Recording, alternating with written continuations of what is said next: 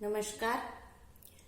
આજે આપણે આંકડાશાસ્ત્રની અંદર મધ્યકના સમાંતર મધ્યકને જે આપણે ગણતરી આગળ નાની રકમની જોયેલી હતી, ત્યારબાદ મોટી રકમ આપેલી હોય તો એને આપણે ટૂંકમાં ગણતરી કઈ રીતે કરવી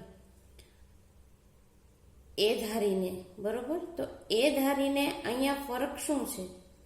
તો કે અહીંયા જો 206, 212, 218, 220, 224 ને 230 આ દરેકમાં જોઈએ તો સામાન્ય અવયવ એવો કયો નીકળે કે જે દરેકમાં સમાયેલો હોય? તો કે 206 ને 2 વડે ભાગી શકાય, 12 ને 18 ને 20, 24, 30 દરેક રકમને આપણે 2 વડે ભાગી શકીએ છીએ. અને માટે એ 2 છે એ સામાન્ય અવયવ, જેને આપણે સી બરાબર કહીશું. તો આપણે હવે આ દાખલાની ગણતરી કરીએ. અહીંયા મેં આ રીતે તમારે પણ કોષ્ટક બનાવવાનું, કિંમત, દુકાનોની સંખ્યા, એફ ડી. આગળના દાખલામાં ફક્ત x - a છેદમાં c કરેલ નહોતું, એટલે ત્યાં સામાન્ય અવયવ ના નીકળે એમ હોય તો c લખો કે ના લખો તો ચાલે, પણ સામાન્ય નીકળે છે તો માટે આપણે અહીંયા a બરાબર પહેલા તો 220 આપણે ધારી લીધેલા અને c બરાબર 2, અને જે શોધાશે એને આપણે d કહીશું અને f અને d નો અહીંયા ગુણાકાર. સાવ સહેલી જ રીત છે, ફક્ત અહીંયા સી નો ફેરફાર, બાકી આગળ જે વિડીયોમાં દાખલો ગણાયો એ જ રીતે આવશે. હવે અહીંયા જે છે કિંમત, એને આપણે x કહીએ. x - a એટલે કેટલા? તો કે 220. 206 માંથી કેટલા બાદ કરવાના થશે? 220, એટલે આવશે 205 -7, બરોબર. આવૃત્તિ 5 છે. 220 માંથી 206 બાદ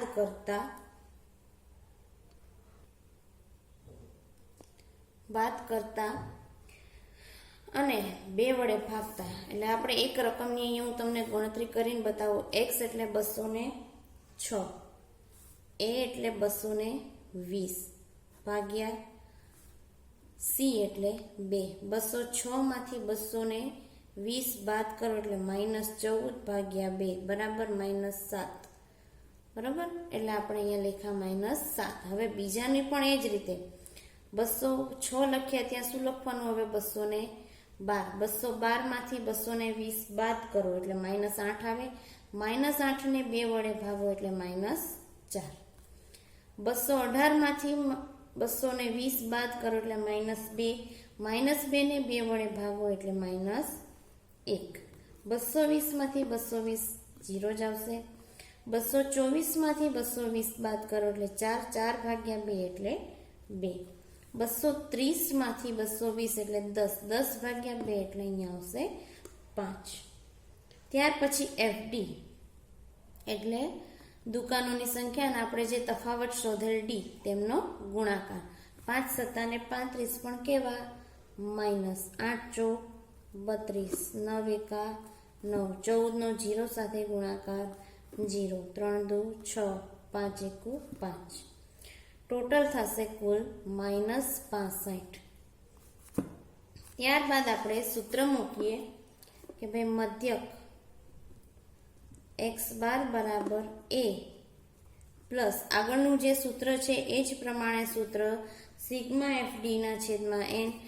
n એટલે 40, જે f નો ટોટલ આવશે, ફક્ત અહીંયા ગુણ્યા c વધારાનું આવશે, કારણ કે આપણે અહીંયા c તરીકે 2 ને લીધા છે તો તેને આપણે સૂત્રમાં પણ દાખલ કરવા પડે.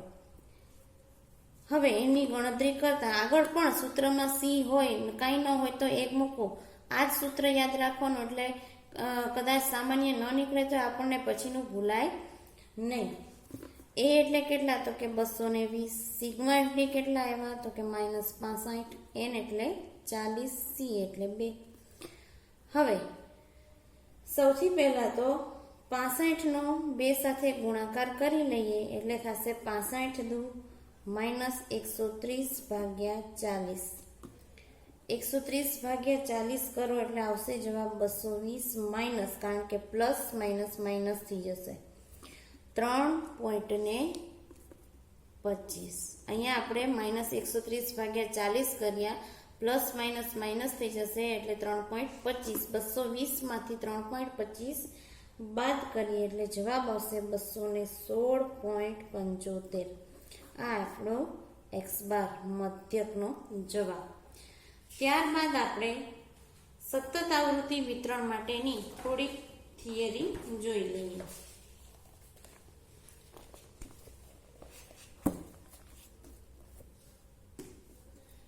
કે સતત આવૃત્તિ વિતરણ માટે જ્યારે આપણે માહિતીનું રૂપાંતર સતત આવૃત્તિ વિતરણમાં કરીએ ત્યારે દરેક આવૃત્તિ તે વર્ગમાં આવતા અવલોકનોની સંખ્યા દર્શાવે, પરંતુ તે વર્ગમાં આવતા અવલોકનોની કિંમતો આપણે જાણતા નથી.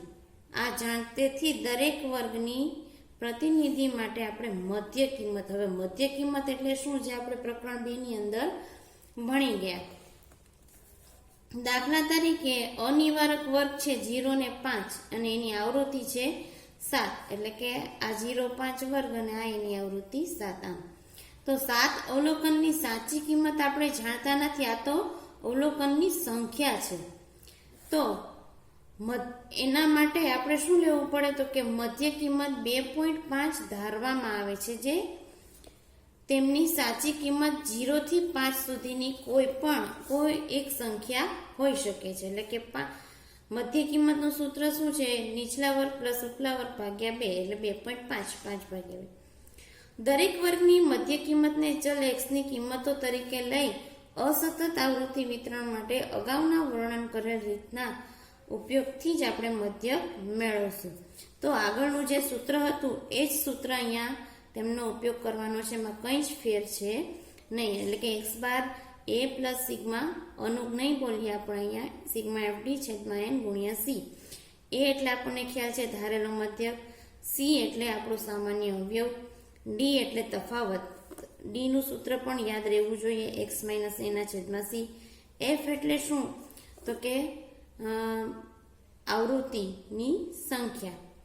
સિગ્મા એફડી એટલે આપણને ખ્યાલ છે કે આપણે ડી મેળવી પછી છેલ્લે આવીને આપણે સિગ્મા એફડી, એન એટલે અવલોકનની સંખ્યા. અને ડીમાં આપણે એક્સ જે મેળવીએ છીએ, આપણી પાસે તો અત્યારે વર્ગ હશે, તો ઈ એક્સ આપણે મધ્ય કિંમત દ્વારા મેળવવો પડશે. તો સાથે સાથે આપણે 7મું ઉદાહરણ પણ જોઈ લઈએ કે એક માહિતીના ફેક્ટરીમાં કામ કરતા મજૂરોની માસિક આવક રૂપિયામાં દર્શાવેલ છે, તેમની આવકનો મધ્યક શોધો. તો વર્ગ આપેલા છે 2000 થી 3000, 3000 થી 4000, 4000 થી 5000. તો આ કેવી આવૃત્તિ વિતરણ છે, નિવારક કે અનિવારક? તો 3000 નો જે વર્ગ ઉપલી સીમામાં છે તો નીચલી સીમામાં છે, માટે નિવારક છે. બરોબર, આ તો આપણને ખ્યાલ રહે એટલે માટે દરેક આવૃત્તિ વિતરણમાં એ જોતું રહેવાનું કે હવે નિવારક છે કે અનિવારક છે. બરોબર, હવે આપણે બધાની કોષ્ટકમાં અને સૌથી પહેલા તો મધ્ય કિંમત એ મેળવી લઈએ. તો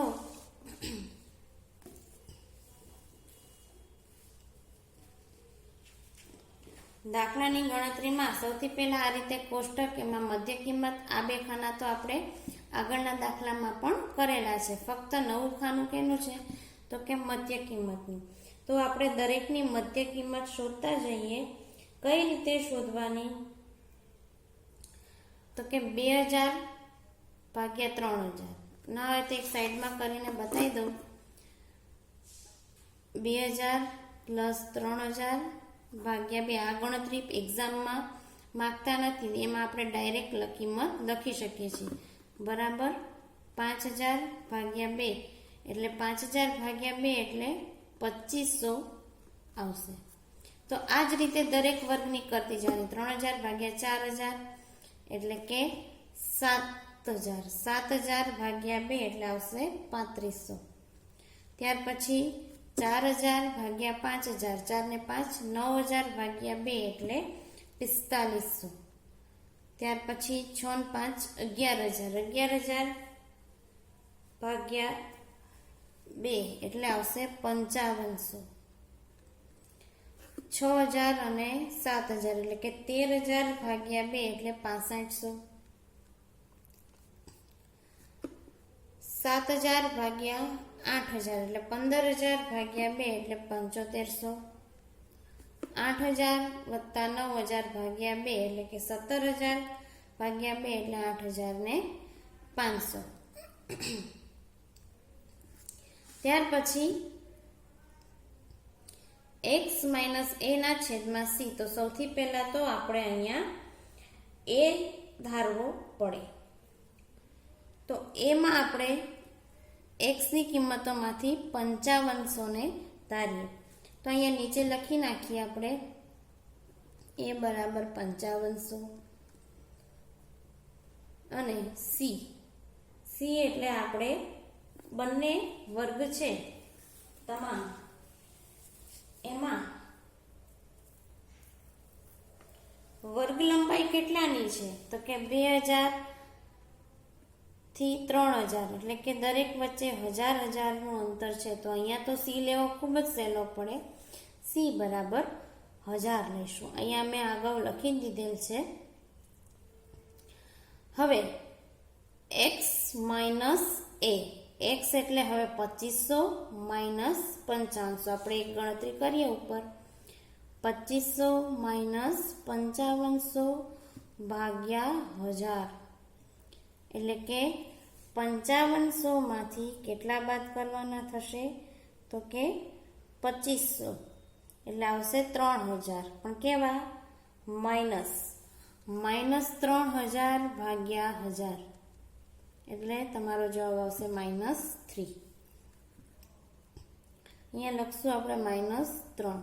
ત્યાર પછી 3500 માઇનસ 5500 ભાગ્યા 1000 એટલે જવાબ આવશે 2. 4500 માઇનસ 5500 ભાગ્યા 1000 એટલે જવાબ આવશે -1. 5500 માંથી 5500 બાદ થાય એટલે 0. આગળ ગણતરી કરવાની જરૂર જ નથી રહેતી. 6500 માઇનસ 5500 એટલે 1000 ભાગ્યા 1000 એટલે 1. 7500 માઇનસ 5500 એટલે કે 2000 ભાગ્યા 1000 એટલે 2. પણ કેવા? પ્લસ. અને 8500 માઇનસ 5500 ભાગ્યા 1000 એટલે 3. હવે FD. અત્યાર સુધી આપણે અહીંયા f હતો એટલે આપણે આ જ રીતે ગુણાકાર, પણ અહીંયા ધ્યાન રાખવાનું કે વચ્ચે x નું ખાનું એડ આવી ગયું. FD ને આપણે આ જે ખાનું છે એને આપણે d કીધેલું છે. તો f અને d આ બંને ખાનાનો ગુણાકાર કરવાનો રહે. વિદ્યાર્થીઓ ઉતાવળમાં x સાથે એમનો ગુણાકાર કરી નાખ્યાના અંતે દાખલો ખોટો પડે છે, એવું ન થાય. તો -3 અને 2 નો ગુણાકાર એટલે -6. 3 -2 એટલે 6. 7 × 7 -15 ગુણ્યા 0 એટલે 0. 25 × 25 16 × 2 32 12 36. કુલ ટોટલ લખી નાખીએ 74. અને n બરાબર કેટલા છે તો કે n બરાબર 80. હવે આપણે સૂત્ર લખીએ. મધ્યક બરાબર x bar a plus sigma fd છેદમાં n ગુણ્યા c. a બરાબર કેટલા છે તો કે 5500. સિગ્મા fd આપણે 74 આવ્યા, n 80 અને c 1000. તો 74 ગુણ્યા 1000 એટલે 74000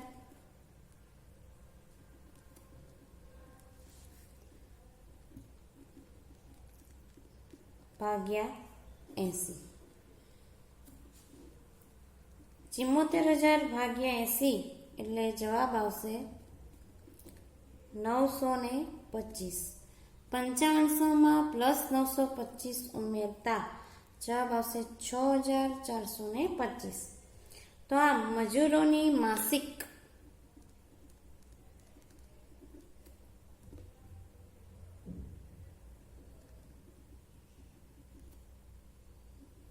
આવકનો મધ્યક રૂપિયા 6425 છે. અહીંયા સતત આવૃત્તિ વિતરણમાં આ રીતે આપણો દાખલો પૂરો થશે. ત્યારબાદ આપણે એક ઉદાહરણ છે જે રકમમાં જ સમજાવી દઉં છું અને તમારે ઘરે જાતે ગણવાનું રહેશે. અહીંયા 420 થી ઓછું, 430 થી ઓછું, 440 થી ઓછું, 450 થી બરોબર ઓછું આપેલ છે. તો 420 થી ઓછું એટલે પહેલો વર્ગ બનશે 410 થી 420, બીજો 420 થી 430, 430 થી 440, 440, 450, 460. આ રીતે થી ઓછા પ્રકારની સંચય આવૃત્તિ જોવા મળે છે. તો આપણને વર્ગ બનાવતા તો હવે ખ્યાલ આવી ગયો. તો હવે બધા વર્ગમાં 410 થી 420, 20 થી 30, 30 થી 40, 40 થી 50. તો વર્ગ લંબાઈ એટલે કે સી બરાબર કેટલા આવશે? 10. મધ્ય કિંમત કઈ રીતે શોધશો? તો કે 410 પ્લસ 420 ભાગ્યા 2 અને એમાંથી આપણે એ ધારી લઈશું. તો આ દાખલો તમારે ઘરે જાતે ગણવાનો રહેશે. ત્યારબાદ મધ્યકના લાભ અને ગેરલાભ જોઈએ. તો લાભને કારણે મધ્યક એ મધ્યવર્તી સ્થિતિનું વધુ પ્રચલિત માપ છે. તે ચોક્કસ વ્યાખ્યાયિત થયેલ છે અને એક નિશ્ચિત એનું ગાણિતિક સૂત્ર પણ છે. સમજવામાં ગણતરીમાં સરળ છે. બધા જ અવલોકનો પર આધાર આપણે જ્યારે મધ્યકની ગણતરી કરીએ તો દરેક અવલોકનને આપણે સરવાળામાં લઈએ છીએ. વિશેષ બેઝિક ક્રિયાઓ માટે તે અનુકૂળ છે.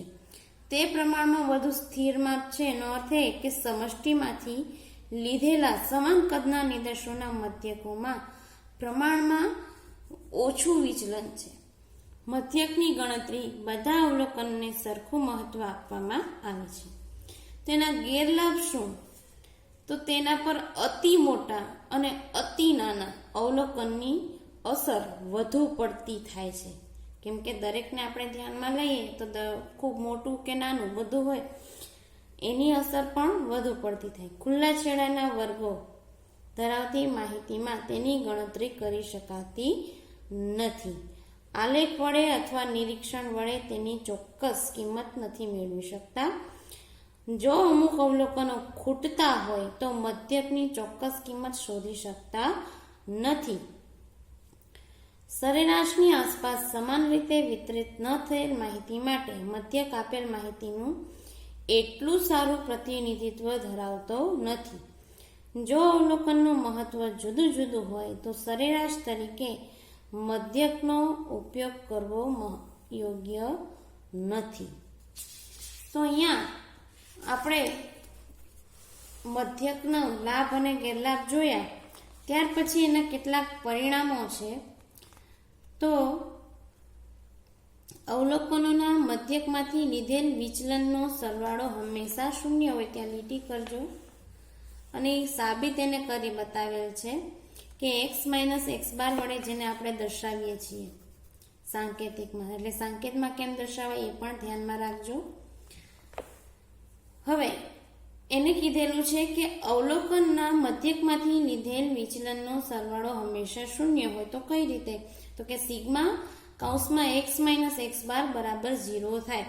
તો એને દાખલા તરીકે 4 કિંમતો લીધેલી છે બરોબર. એ ચારેય કિંમતનો મધ્યક શોધ્યો એટલે કેટલો આવ્યો? 4. હવે 4 માંથી 1 બાદ કરો એટલે જો -3, 4 માંથી 7 એટલે +3, 4માંથી 5 એટલે 1 અને 3માંથી એટલે -1, તો અહીંયા 3 3 એટલે કે દરેકનો સરવાળો કરતા જવાબ શું આવે છે? 0. તો અન્ય કોઈ પણ કિંમતમાંથી લીધેલ વિચલનનો સરવાળો હંમેશા 0 થશે નહીં. તો અહીંયા આપણને જે અગત્યના પરિણામ કીધા છે તો આપણે આ યાદ રાખવાનું, અવલોકનોના મધ્યકમાંથી લીધેલ વિચલનનો સરવાળો હંમેશા 0 થાય. અન્ય કોઈ પણ કિંમતમાંથી લીધેલ વિચલનનો સરવાળો 0 થશે નહીં, એ પણ યાદ રાખવાનું. બીજું આપેલું છે કે જો x1 થી xn માંથી દરેક અવલોકનને કોઈ શૂન્યેતર અચલ b વડે ગુણવામાં આવે અને તેના ગુણાકારમાં અન્ય કોઈ અચલ એટલે કે a ઉમેરવામાં આવે તો આપણને એક નવો સમૂહ મળે. તો આપણે કિંમતને y1 થી yn વડે દર્શાવશું તો સૂત્ર શું બનશે, જે આ તમારા 12મા ધોરણમાં ઉપયોગી થશે? તો કે y1 બરાબર bx1 પ્લસ a, એ જ રીતે y2 તો bx2 પ્લસ a. આ રીતે સામાન્ય જોઈએ તો તમારા 12માં જ્યારે તમે આવશો ત્યારે y બરાબર a વત્તા bx આ પ્રકારનું સૂત્ર આવશે. તો એનો મધ્યક શું? તો કે સિગ્મા y ના છેદમાં n.